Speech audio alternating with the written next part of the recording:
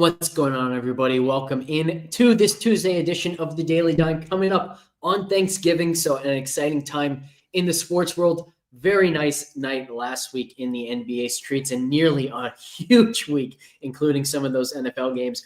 I don't know about you, Zach. I'm still pissed that Josh Palmer didn't get there because he had 1 million air yards, 1 million defensive pass interference yards, and a longest reception of 17. We needed 19. Yeah, obviously we had that hanging out there yesterday, and I talked about the season-long things that I needed last night. And through that entire fourth quarter, my season-long was good. J.K. Dobbins went down. I needed bad nights from him for some opponents.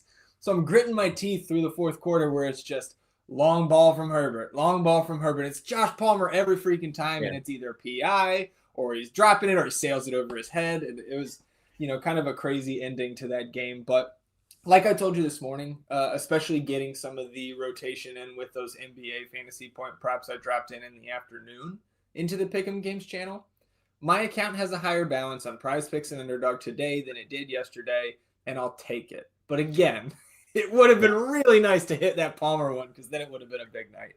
Yeah, I had a 3-pick play of the NBA plays that I posted as part of my 7 last night, and we had the 2 fantasy points props on Scotty Barnes and Jalen Johnson. They were at like 38.5 or something. They were both over 30 at halftime. And then DeRozan went over his points at halftime. So talk about a sweat-free win in the NBA. That was fantastic. Hopefully we can duplicate that here today. Before we jump into the picks for today, we've got an exciting announcement. If you haven't heard already, we are debuting our contest sims for the NFL slate this Thanksgiving. So we actually have a promo going on right now, promo code BKVIP. Let me get this up as a banner for you guys. Oh, there it is already. BKVIP for 25% off NFL VIP Plus and VIP Plus, and then BK20 for 20% off. All other subscriptions, I believe baseball is not included there. So the one you guys want is BKVIP for 25% off NFL VIP Plus and VIP Plus. And we can now use those for our contest sims. Contest sims are going to be part of any DFS or VIP subscription throughout at least the end of the regular season for NFL. So give our contest sims a try. And Zach, we may as well talk for a little bit just about contest sims, what they are, and how we can use them. Yeah, I think the thing that stands out to me the most here is, right, like I play DFS every NBA slate and in WNBA and Summer League and preseason, but I've never personally used the Sims. Of course, like our Sims are just coming out, so we're far from the first site to have contest Sims for DFS, right? So my question, and maybe more as like the consumer of FTN stuff myself here when I'm building my lineups, what is going to set us apart here with our Sims from the rest of the industry? There are actually like 3 things that I'd point to. The first is just the ease of use. One of the things that we noticed around the industry with a lot of these contest sims is they're just kind of a pain in the ass to use. And so we were really determined to just make it like, let's just make it one extra click for people. And so that's what we've done. All you have to do is use the optimizer. Once you've built the lineups, you just hit one button, run sims, and it gives you all the data you need. So I think that's the first part. Second part is, our sims are just going to be for NFL to start. Well, I think we're going to have them ready for PGA season in January, but we're not going to have baseball or NBA, at least in the near future. It's just so much harder to do for those daily sports instead of the weekly sports. Should make a lot of intuitive sense there. But, with our NFL data, we have this massive projection advantage where even if we weren't the most accurate with the projections, which I think we are, just being different in our projections, just knowing things that other people don't know about matchups, individual matchups for players, like that's going to put us in the driver's seat for success. But then the most important, by far, the biggest advantage for us is going to come with our ownership projections. Contest sims are only as good as their ability to actually predict the lineups that your competition is going to play. You can't sim a DFS contest if you can't predict what those lineups are going to look like. Right. And you have no chance of predicting what the lineups that other people are going to look that other people are using, what they're going to look like, if you can't reliably project ownership at its core.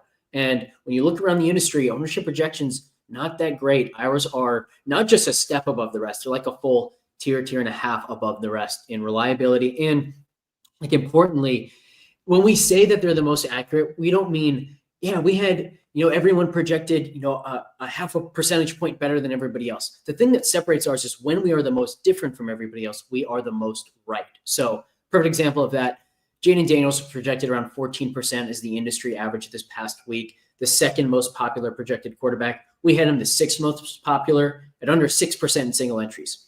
He was 3, 4, 6% in almost every single one of my contests.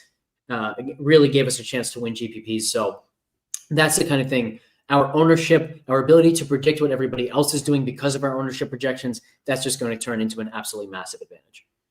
Yeah, I think this is something that all of us here at FTN are very excited for. The more I hear you and others talk about it here over the last week, whether it's on Sirius, the NFL show, or here this morning, it's something I've been looking forward to here. Again, watching you guys talk about it behind the scenes.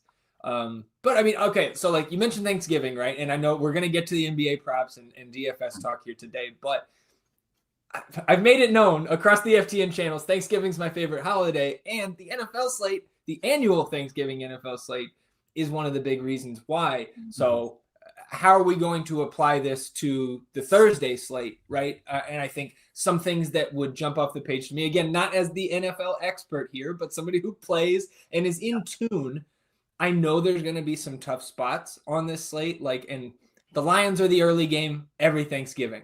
And deciding between Monty or Gibbs, and I know Monty's questionable, right, with the shoulder issue. I'm in tune with that on some of my season-long teams. There you go. Are the Sims going to be able to help us maybe delineate between the two or decide whether or not we want to pair those two guys, assuming Monty is active? I wrote a tutorial article this morning on the Sims, and one of the things that I really pointed out was the fact that where contest sims might be the most valuable is helping us discern the more complicated correlations. So on the one hand, Montgomery and Gibbs are inversely correlated because if Gibbs scores a touchdown, that means Montgomery's not scoring that touchdown, or vice versa, right? But there's also a sense of what does the game environment look like? And they are both going to benefit from a game where the Lions are scoring a bunch, moving the ball with ease, and therefore they have a bunch of touchdown opportunities where, sure, Gibbs stole this one, but Montgomery's going to get the next one. And then Gibbs will get the next one. And then, maybe by the end of the day, they both have two. It's a game environment where they're both struggling. And maybe it's surprising how little they're moving the ball, or they're in a negative game script. And so now it's just Gibbs on the field, but they're throwing the ball more than running. And the Sims are going to understand how those different correlations, kind of which one outweighs the other, or in one where, in a lineup where you have both of those running backs, what should the rest of that lineup look like? In lineups that only have Gibbs, what should the rest of that lineup look like? It will understand those correlations in a way that our feeble little human brains just can't always do. Well, and I know that, it's not a one-to-one comparison, but we've got other spots on the slate, like trying to pick through the Green Bay Packers wide receivers, or on the other side of that game, what's going on with the Dolphins, and Jonnu Smith all of a sudden is a Hall of Famer, and Tyreek Hill, can't get over the proverbial hill, and Jalen Waddle finally, waddles into a big game last week. I don't know. I'm excited for it, man. Is there anything else you wanted to add on that here this morning? I know this may be repetitive for some of our subscribers if they're tuned in to all of our content here, but definitely wanted to get this out there on the Daily Dime. And one thing I will note too on the Black Friday discount here, I know I'm biased, right? Look, FTN Fantasy signs my paychecks, right? But the VIP Plus subscription, that gets you access to everything here, right? And it's 25% off for an annual subscription, all the models, projections, the bets from all of our experts, all of our analysts. You get into the Discord, you get the Opto, right? Sims coming out here, Stats Hub, right? Which is of course out there for NFL, coming in the future for NBA with our data collection that we've started on the hoop side of things. It's just everything for a great price. And now again, the discount for the full year. I think again, I'm biased, but I think it's a pretty darn good value. Yeah, one of our subscribers actually replied to something you said the other day in Discord. Not to kiss ass at all, but I'm very impressed with the value of FTN for what you get. Just having the raw data alone is so nice. I've subbed to pretty much all other DFS companies, and this is by far the best value. And now you're getting that 25% on top of it. Last thing I'll say on the Sims, I I think like one of the other great things about it is it's not just about building your lineups for the coming week, but it's also testing how well you played the week prior. And so I was doing some of that earlier today, testing how I did with my Jaden Daniels lineup, and then compared it to like, okay, if I had just put in that core of the Jaden Daniels double stack with McLaurin and CeeDee Lamb that I liked so much and had Bucky Irving in there, what lineup would it give me? And the lineup that it gave me would have scored 207 points. It simmed incredibly well, like double the ROI is the one I actually went with, would have scored 207 and taken down every single contest I was in. So great, encouraging news there, but also like, damn it, if we just had it 7 days earlier, I'd have $100,000 right now. So yeah, it's big bummer there. Albert, I actually don't know the answer to this question. Can we use the deal for existing customer renewals? I'm guessing so because it's an annual. The promo only works for annual subscription, so I'm guessing you can renew that.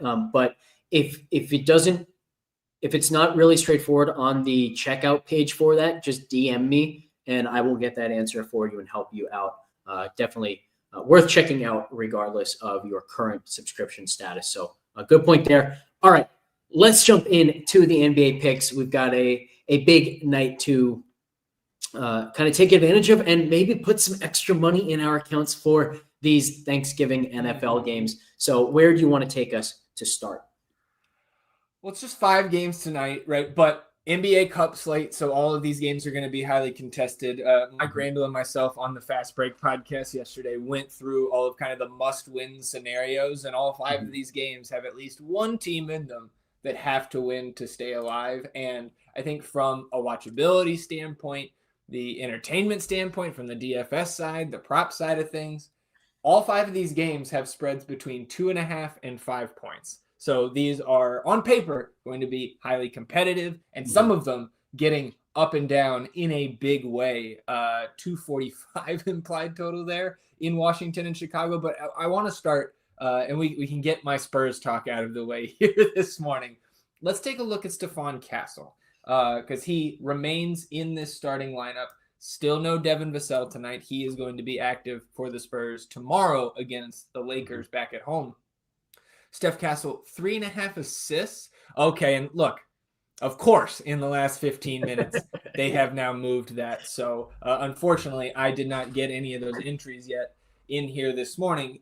So let's go down rebounds and assists. And that is still at 6.5. So because that's at the 1x multiplier, that's where I want to go now. I liked both of these coming in.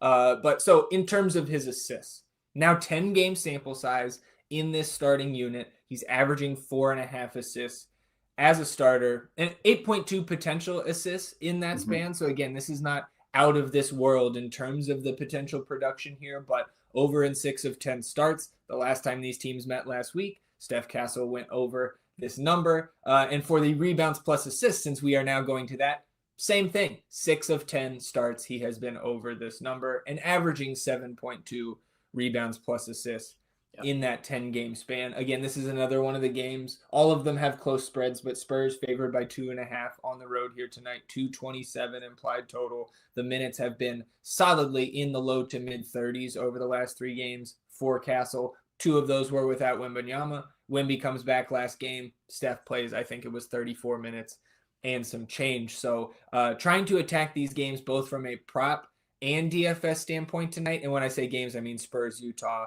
and Wizards, Bulls. And we'll go there for props as well here in a moment, and maybe have a little bit more hesitation or have to comb through things more on the DFS side because the field is also going there, but we don't have to worry about ownership here. We just have to worry about getting our props in on time. So unfortunate that the assist line is down to 0.9x.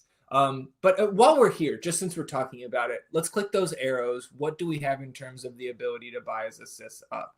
So taking it up to 4.5, 1.42x. Again, I'm not in love with that, but if we take a look at his game log in those 10 starts, click the wrong button, you got to press back, and now I can pull it up. He is over that 1, 2, 3, 4, 5. So, I mean, all 6 of the times he's gone over 3.5, he's also gone over 4.5. Now, our projection here this morning is not as rosy in the FTN model as I think this should be. So again, you can be a little bit hesitant with this Castle prop if you want, but I don't hate the 4.5 if you're looking for one of those higher multiplier picks in your entry to, boost your potential payout. But I know we have some other, lines that we'll talk about here that get you a much higher multiplier if we're going to take a big swing like that. So again, all that to say, right now, my favorite Steph Castle prop would be that 6.5 rebounds plus assists here on underdog. And that's a good point. We are about to go to a big giant multiplier. So maybe you do just accept the 0.9x on the 3.5 assists too when we're using this one. So let's bring it up. Yusuf Nurkic here. And you see the 7.5 points are at 0.94x. And I'll bring up the tool for a moment here. And let's take a look and see. Nurkic is here at near the top. We have him, or his line is 7.5. Projected for 10.8, but we can also go 14.5 and just see what the tool thinks there. 25% of the time we have him scoring more than 14.5, and check out these multipliers all the way up to 4.5x. So 25%, very strong here.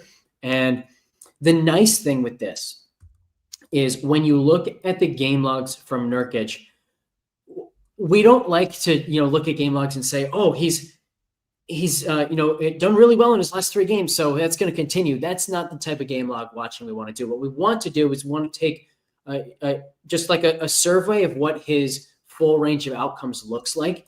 And when you look at his points, it's like 4, 5, 18, 13, right? He's either scoring very little or a lot. He has a massive, massive range of outcomes when it comes to his points. So I'm not totally in love with the 7.5, and I know you have your own concerns on that just based on minutes in this matchup. But I think we both agree, like when he's hitting in such a big way with his points that we can skip all the lower rungs of the ladder and just go here to this higher 4.5x, 14.5 points.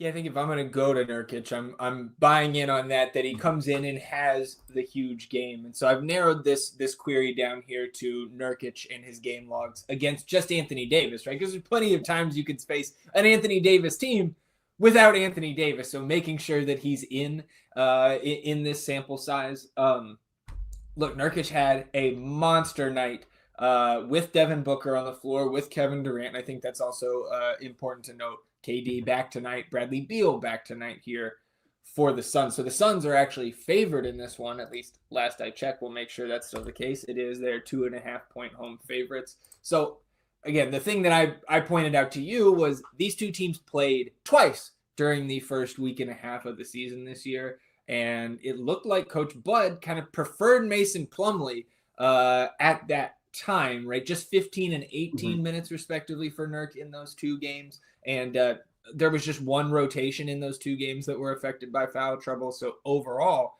it was more Bud going away from him. But again, different coach late last season. I'm not trying to suggest that Nurk cannot get there, because you look in February of last year, coming out of the trade deadline, or the All-Star break rather, coming out of both there late February, but 37 minutes, 18 points, 22 boards, 7 assists. So it's not like Anthony Davis has completely shut down Yusuf Nurkic, even in the recent past, right? That was late last season. But I do have a little bit of a concern with the minutes and the rotation we saw this year with the current coach. And so that's why I'm 100% with you. If we're going to Nurkic here, it would be the full out. We're having a Nurk game. He's getting 30 minutes, and he's going to put the ball in the basket for that 4.5x, right? Higher than 14.5 points. And I think that largely explains why his points are so volatile this season. It's because the better he plays, the more likely he is to stay on the floor. And the worse he plays, the less he's producing, the more likely he is to just get benched. And because basically, like, I think the way that you view Plumlee versus Nurkic is the ceiling for Nurkic is higher, the floor for Nurkic is lower. So if you're getting some of that ceiling performance from him and he's having a really quality focused game, he stays on the floor. If you're not getting from him, you just go to the dependability of a Plumlee. So I think it makes sense that we're seeing this much volatility, and that just makes me want to lean into it. And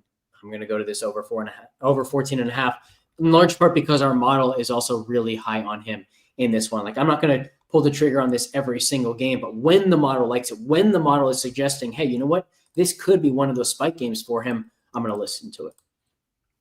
Yeah, I like it. And so as we have been talking here, I did a search for the prop I've been waiting on, and we have it. And it's Victor Wembanyama blocks. Now, we do have a stocks prop in there. We do have a steals prop. They're going to give you a higher than 1 multiplier on his steals, sitting at 1.25x for higher than 1.5 steals, and 0.9x for 4.5 stocks. So I'm just going to go right to the 3.5 blocks at the standard 1x multiplier, and I could not windmill slam that into my entries any harder here today.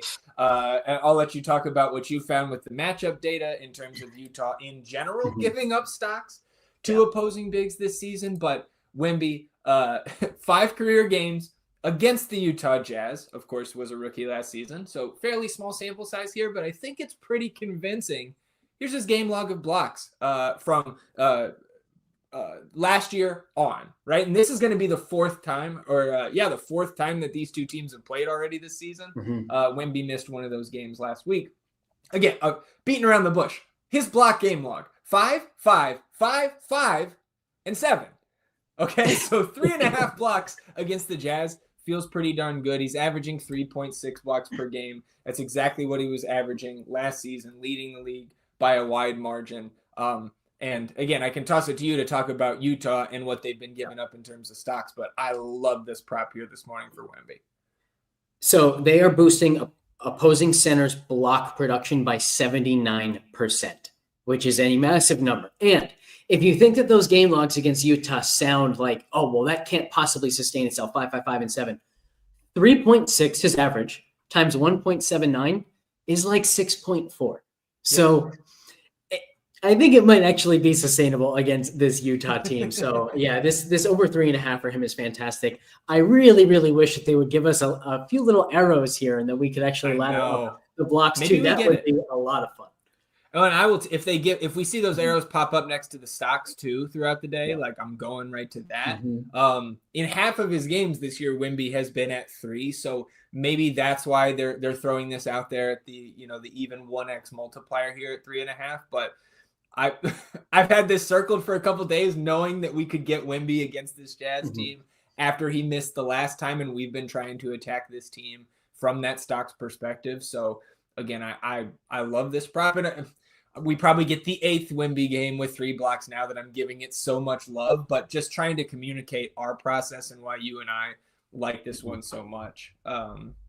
So we can move on here, or we can keep Sparkle jerking. Well, the final thing I wanted to say about it was let's always remember that we are thinking probabilistically. So when we are talking about like what a fantastic spot this is, what we're not saying is he's going to go over 3.5. What we're saying is, look, we're constantly like on the lookout for props that we think are between 60 and 65%, but this one might be one of the rare ones that's between 65 and 70%.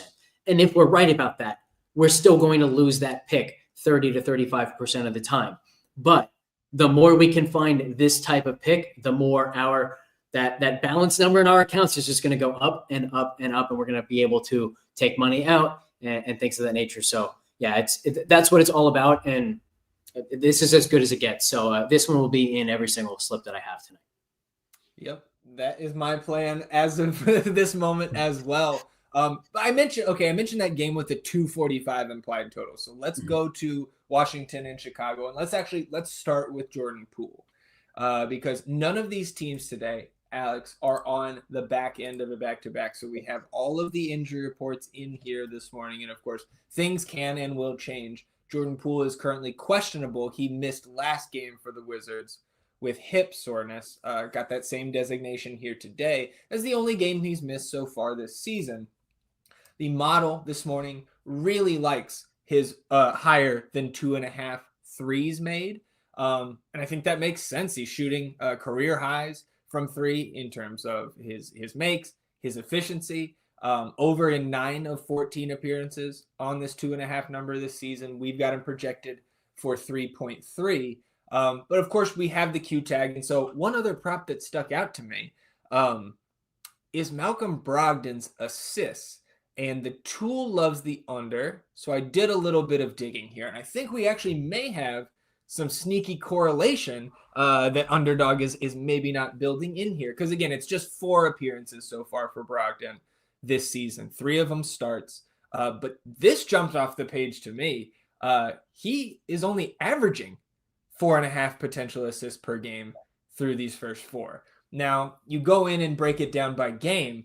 He had 11 potential assists last time out, and this one with a close spread and a 245 implied total with a starting Malcolm Brogdon, you would assume doesn't, again, on paper say I should take the under here. But that was the one game that Jordan Poole did not play. So we've seen him share the lineup with Jordan Poole and have extremely low potential assists, which makes sense because if you go look at Poole's stats in terms of his assisted and unassisted field goals, career high in unassisted threes made, 42.6%, and unassisted field goals overall at 56.4%. And I mean, I think none of us thought that his unassisted field goals number would be that high throughout his career, but the fact that he is significantly setting a new career high here this season, it is a new type of selfishness here with Jordan Poole to start this year for the Wizards. So going back to Brogdon, right, in a 26-minute per game role with the Celtics 2 years ago, 3.7 assists per game, much more prominent with the Blazers last year, 39 appearances, 25 starts, almost 29 minutes per game. He was 5.5 assists. So if Jordan Poole plays, I think this pairing goes together very, very nicely. And again, it's a little bit, it contradicts what we typically think about when we're correlating threes made and assists between the 1 and the 2 in a starting backcourt. But I think this one makes sense. Again, it's a very small sample size that we have, but that's all we have to go off of with Malcolm Brogdon this morning. And if the tool is also seeing what I'm seeing sifting through these numbers, then I think we may be onto something here pairing these two guys. Again, we want Jordan Poole out, but if he gets ruled out, we're not going to have these numbers around anymore for Malcolm Brogdon. Everything's going to go down. It's going to get reposted. They're going to adjust. So I like taking the shots on it here this morning. And I don't think we're dead, even if Jordan Poole doesn't play, because Malcolm Brogdon, again, 11 potential assists. It's not asking too much for him to come in under that number of 4.5. If we got a similar run out here. So I'm going to feel great about it if Poole plays, and I'm going to grit my teeth through it if he sits out. What do you think about this? Yeah, I love this. The only thing I'll add is if you do want to wait longer in the day, maybe we get a 3-point attempts for Poole, where then you would get some additional correlation of like what happens if, Poole can't make a shot and nobody on Washington can make a shot. That's going to help the Brogdon assist. And then we can also still get the Poole attempts, even if a blowout happens, something like that. So you maybe even get more correlation, but the tool's high enough on this. And it also kind of goes against the intuitive correlation where you would say, oh, well, what if Brogdon assists Jordan Poole for a 3? These are going to be positively correlated. But in this case, like we're saying, the usage and the way in which Poole scores actually overpowers that other kind of correlation. So I really like this pairing. The only thing I'd say there is because we have that uncertainty of Poole status, make sure if you're playing these right now, only play them together. Don't mix and match these. This is a great pairing at the time being. So we have 5 now. Do you have a 6th in mind, or should we go searching in the stocks that they have added? Yeah, let's see what kind of stocks they have posted here this morning. There's a couple others that I have my eye on, but nothing I love. And again, these have just populated since we've been live here over the last half hour. So let's see what we've got. So 2 things immediately jump out to me. Tari Eason averaging, how many stocks is he averaging now? It's got to be a massive. It's got to be over 2. It was 3.3 at the start of last game, I remember, and then he got us 3. So it's got to be 3.3 still. So 2.0 makes very little sense. Şengün averaging around 2.2, but as we've talked about a lot this season, Minnesota is a phenomenal matchup for center stocks because Gobert is just always in the way. So this 1.2x on Şengün is quite interesting. The 2.0 is a smash play on Tari Eason, I think. So yeah, there's a lot to like here for sure. Yeah, I think the Tari prop is the one that jumps out to me the most and that I would want us to attack here this morning. Let me see what we've got in terms of our stat projections, I imagine it's going to look pretty rosy here. Again, because Tari Eason not going to explicitly play the 5 here tonight, but mixing it up in that front court, like I don't think it's crazy to say that he could get some of the residual effects of what Minnesota has been giving up. Right now, I mean, look, we got him projected for a little over 3.5 stocks. I think this is the one. Yeah, this is awesome. This is awesome. And then I would also say, maybe you run this exact 6-pick play, but you toss in the 1.2x for Şengün instead of the massive 4.5x for Nurkic. So lots of options here. I will be posting everything that I end up with in the Pick'em channel. I know you will do the exact same. And then we might even have like a second wave of plays later once we get some fantasy points picks. For example, I'd be pretty interested in Castle fantasy points too, because we expect him to evolve. The matchup is great for him. The stocks matchup also great for him. So we might have a lot of different fantasy point stuff that we like later. Yeah, if you go over to Prize Picks, of course, they post those fantasy score. They're not as scared to post these early morning fantasy score props.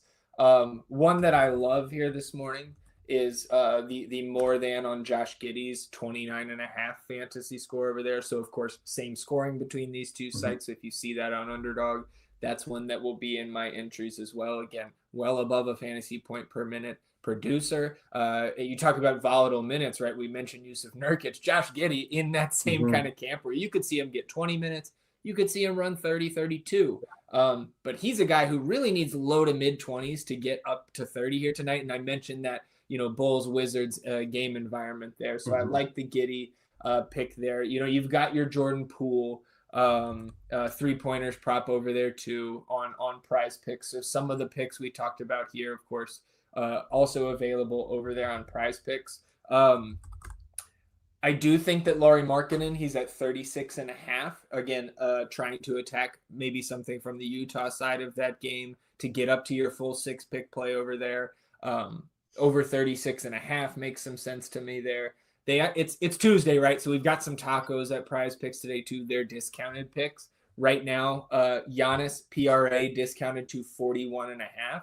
But when that goes away and we get our next discount, presumably this afternoon from Prize Picks, I like his over on his fantasy score as well, which I believe is set at 54.5. Tougher matchup against the Heat, but we know what Giannis is doing to carry this Bucks team right now, which is everything, and has almost buoyed this Bucks team back to 500. I think they'll be 9-9 if they get this win tonight down in South Beach. So just some Prize Picks talk to kind of end our props here.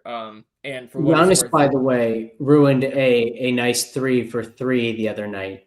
Came up like half a point short, and he only played 4 minutes in the fourth quarter. That was a brutal run out. Our guy Zed also in here in the chat saying he hates Jordan Poole more than anything ever. Not the prop, just him as a player, big Wizards fan. So I don't blame you, Zach, at all for your Jordan Poole hate. I think anybody would agree with you once watching him play for their team. By the way, I wanted to point this out. This 6-pick payout, because we have that Nurkic 4.5x in here, 127x. So, sometimes it's a little bit hard to easily conceptualize what these multipliers actually mean for you. Yeah. 127x is what that 4.5x multiplier means for Yusuf Nurkic. You can see just what a massive payout this would be. Also 13.22x for going 5 of 6.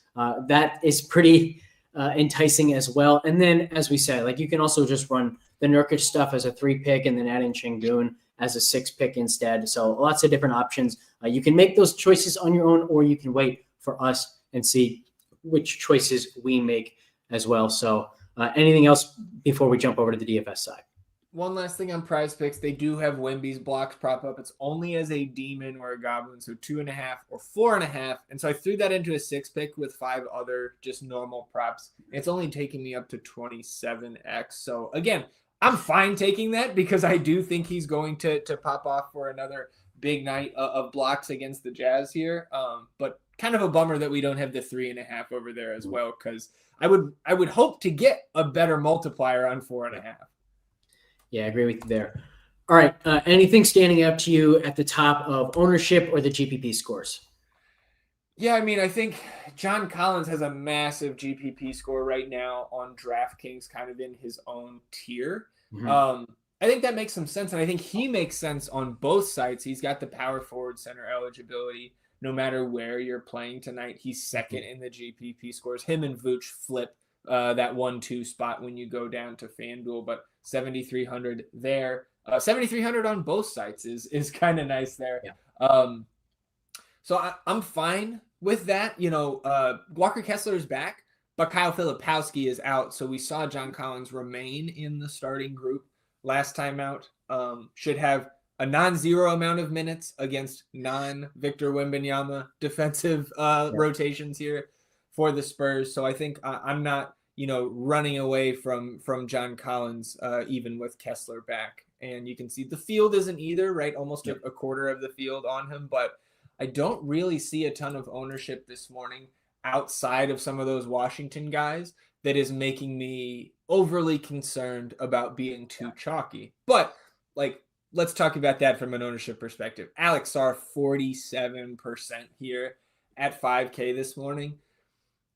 I'm not saying that I'm going to full fade Alex Sarr on the 5-game slate with how good Washington looks, but I think there are so many viable pieces of that game that maybe we can prioritize them in such a way where we do get a little bit of leverage on the field from an ownership perspective. But unsurprising, I mentioned these two games when we were talking about the props, and you see them littering the ownership projections here on the morning run with Washington. Yep. There's a little Amon Thompson in there at what is he down to 5K? That's not bad even against Minnesota, but Kuzma 6,300, Washington, then Utah. No Jordan Clarkson, so Sexton, Keontae George. I think Isaiah Collier is a viable piece of value at, I believe, 3,300 on DraftKings tonight in tournaments. If you're trying to spend up for a Giannis, a Wemby, an Anthony Davis at the top end of the pricing tiers tonight. You see, you keep going. You get Stephon Castle, Bilal Coulibaly, Walker Kessler, Harrison Barnes, Western Conference Player of the Week. Who let San Antonio get Harrison Barnes? And then you see a couple other guys popping up there in terms of the ownership, like Mike Conley's name at 20%. I think he is a pretty darn good value in the context of this slate at his price on both sites. He is questionable. So, of course, if he's out, it's going to bump Dante. It's going to bump Nickeil Alexander-Walker. But I would think for this game tonight, Mike Conley gives it a go, then maybe takes a seat on the back-to-back tomorrow. But we should have that news, if not by lock, certainly right after lock. And a nice little schedule here tonight. I believe it's like 7, 7:30, 8. Then 9 and 10 are our start times for these 5 games. So nice and segmented here. So from a basketball watching NBA Cup viewing standpoint tonight, it's going to be great. But again, it's really those 2 games. And I think parsing through the spots that we can attack some lower ownership and fade some of this potentially too high ownership, like Alex Sarr at 50%. I get why he's getting the attention, but I don't know if I can eat that. That's almost, if the slate started in 5 minutes, I know I said it would be tough for me to full fade, but it comes very close to either I'm going to lock him and just go way over the field, or I'm going to get down to, 0 to 10, 15% in my 20 max and really try to take a stand there. Because are we really that shocked if Alex Sarr goes out there and shoots 1 of 12? We've seen it plenty of times. I think the stocks are going to be there. Those peripheral stats will, but I do have one eyebrow raised, I think, at Alex Sarr at nearly 50%. Well, I think all of the data that we have here on this page really tells a great story. And so with him, you see this 2.2% fail rate. And so that's why I think there are lineups where he's going to make sense. But to your point, sometimes you can just use a different Washington guy. It's not like he has this massive smash percentage. So if you do fade him, you probably are getting away with it. And maybe it's Poole, who has a slightly better GPP score. Maybe it is Bilal Coulibaly, who has a good GPP score. The other thing is, when you look at the best GPP scores on the slate, you see this string of Bulls here, Vucevic, Giddey, and Kobe White. And so if you're loading up on Bulls, now it makes a little bit more sense to go with Sarr, because you need to make sure that Washington doesn't get blown out if you have all these Chicago pieces. So I think I'm with you that I certainly have no strong desire to play Sarr, but I also think it's worth noting, like, just because he doesn't have a great GPP score doesn't mean there aren't lineups where he can be used, and we can use the GPP scores to help us make that decision, not just his own GPP score. Yeah, and I think like there's also just pivots, whether it's on his own team or just at the position. Like if you're talking just power forward, high risk, high reward, just like Alex Sarr, but Jabari Smith Jr. is $500 cheaper, power forward center eligible on DraftKings. And again, talking about volatile minutes, we've gone 37 last game for Jabari, then 20, then 30, then 25, right? So we're yo-yoing snip, snap, snip, snap with the Jabari Smith minutes, but going to come in at a much lower ownership number. So you're talking about ownership leverage at a similar price tag. That makes some sense. But then Naz Reid at the same price. If you open this up to those small forward eligible guys, we talked about Amin Thompson popping in the GPP scores. He's at the same price. Again, tougher matchup, not as attractive of a fantasy environment in terms of that implied total. But I just think there are plenty of other ways to get different and not have to take on a 50% Sarr who again, are we really that surprised? 46 DK points last time out. He's had 2 46 DK point games in his last 5 that are sandwiching 20, 17, and 13. And so going back to talking about pivots on his own team, Jonas Valanciunas, he's center only, but he's $200 less. He's a much better fantasy point per minute producer, right? 19 and a half minutes per game on the season, 27 DK points per game. So again, I think it's not just the positional price pivots, but even on his own team, you have to take up a center spot on DK. And there are certainly, I mentioned those high-end centers with Wemby and Anthony Davis, and then even in between them and some of these, cheaper guys, Şengün and Bam and Vooch on the other side of the Wizards game. There's plenty of ways to get different at center, but I think Jonas Valanciunas also makes sense as a pivot off a very chalky Sarr. Speaking of teammates, we also have John Collins and Lauri Markkanen here. So if the field does kind of see Collins the way we see him, and suddenly he's not 23% anymore, but he's 45%, and Markkanen drops to 10%, maybe we see those GPP scores flip, and you can actually leverage Collins with Markkanen. But this is also potentially a good enough game environment where maybe you just want to play both. So lots to look forward to here with the GPP scores as we get closer and closer to lock.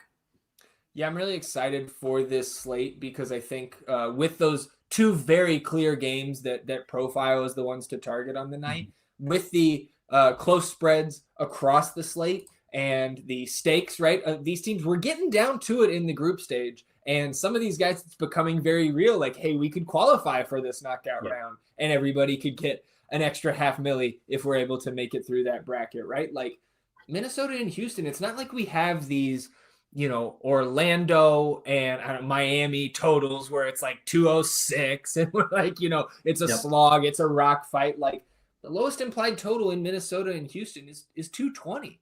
Like it's not disgusting, right? You look at the 245 and I get why we all want to run there, but 223 in Miami and Milwaukee, 234.5 with Phoenix and LA later tonight. And I know that there's not a lot from those teams, especially with the Phoenix guys getting more and more healthy, or really just fully healthy tonight. I'm pretty sure with these two studs coming back, but maybe can you get different by spending up on an Anthony Davis or a LeBron James in that late night game with a very attractive implied total and a close spread as well. I think there are a lot of ways to get just slightly different tonight that could help take you to the top of these GPP leaderboards. But it's all going to start with deciphering the Washington-Chicago and the Utah-San Antonio game and where we really want to prioritize our ownership. Yeah, and I think ownership will help us there too, right? Because we have these 5 guys right now as pretty bunch when we just sort by ceiling, but particularly these top 4, Giannis, Wemby, AD, and LeBron close to each other in ownership. If one of these guys drops to 7%, that GPP score is going to go way up. So definitely monitor that. Any closing thoughts here on the slate? No, I think, I'm looking forward, I guess, more of a programming note for tomorrow, 14-game NBA slate night. Right, look, we're coming up to the holidays. There's a lot of content to be had for the NFL side, so you guys are just going to get me tomorrow here on the Daily Dime, and we'll dive through the props. We'll dive through the 14-game slate. I think we will probably get, right, DraftKings probably going to chop off 3 or 4 games, so we'll have a little bit of a split slate there, but No Daily Dime on Friday. I'll remind you guys that as well, because we will take one day off this week from the Daily Dime. We'll let myself and Alex digest a little bit on Friday morning. But then, of course, we will be around Friday evening talking NBA DFS, making sure everything is ready to go for what is going to be another big Friday slate, because no NBA games on Thanksgiving. Yeah, speaking of, I will have a Contest Sims tutorial article up tomorrow morning, have a tutorial video up either tonight or tomorrow morning. We will have the matchups show just concentrated on the Thanksgiving games and the Friday game. That will be live tonight at 8 on the FTN YouTube channel. That's free for everybody as well. And then tomorrow, 5:30 Eastern, we will have For the Millie with myself and Tugan. We'll talk a lot of contest sims there. We'll kind of take you guys through how we're using them for the slate. And we'll just do our regular discussion about the DFS slate. And of course, we'll have plenty of those underdog picks for those 4 games as well, maybe even some main slate stuff. So lots to look forward to in the coming days. Let's all have a great Thanksgiving, and we will be back, or you will be back tomorrow. You guys will see me either on the live show tonight for matchups or for the Millie tomorrow. All right, guys, have a good one. We will be back.